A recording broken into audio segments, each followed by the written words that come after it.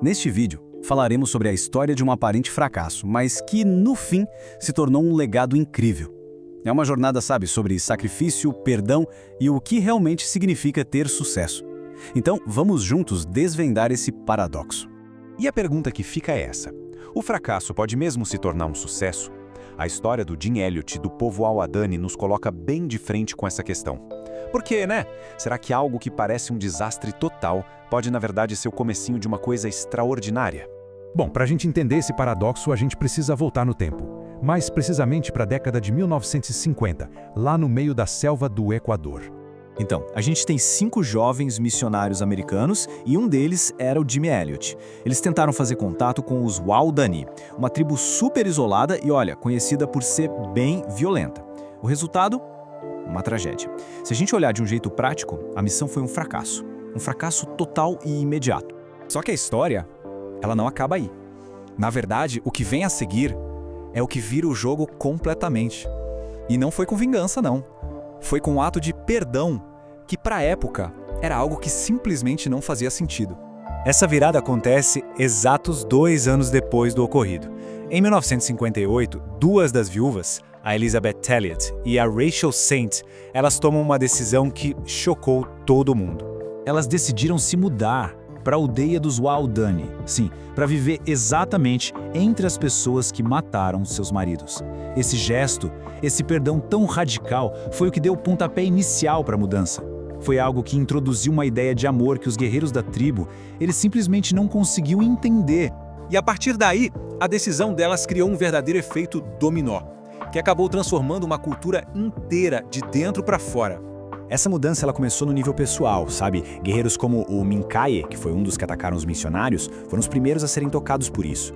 E essa mudança de uma pessoa foi gerando uma onda, que levou a uma transformação cultural gigante. Acabou quebrando um ciclo de vingança e violência que era, basicamente, a identidade da tribo. E o resultado disso, é impressionante. A taxa de homicídios, que era uma das mais altas do mundo, caiu para quase zero. É a prova visual de uma mudança social que, sinceramente, não tem muitos paralelos. E essa mudança toda se reflete na fé da tribo até hoje. Atualmente, uns 40% dos Waodani se identificam com a fé cristã, aquela mesma que os missionários tentaram levar. É como se aquela semente, plantada lá em 56, finalmente tivesse florescido. Mas o impacto não ficou restrito só à tribo, não. A história desse povo lá do meio da Amazônia começou a se espalhar e virou um legado que alcançou o mundo todo.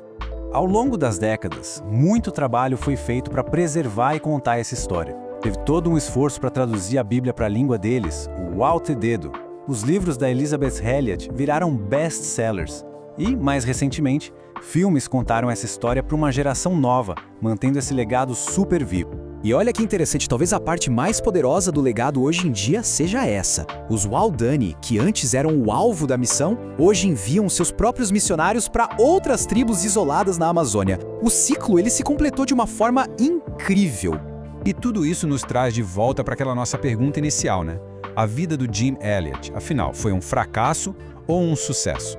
É aqui que o paradoxo fica escancarado. Se a gente medir por uma régua pragmática, de resultado imediato, foi um fracasso. Ele morreu com 28 anos, sem nenhum resultado visível. Mas, se a gente medir pelo legado, pelo impacto que isso teve décadas depois, aí o resultado é um sucesso absurdo, extraordinário.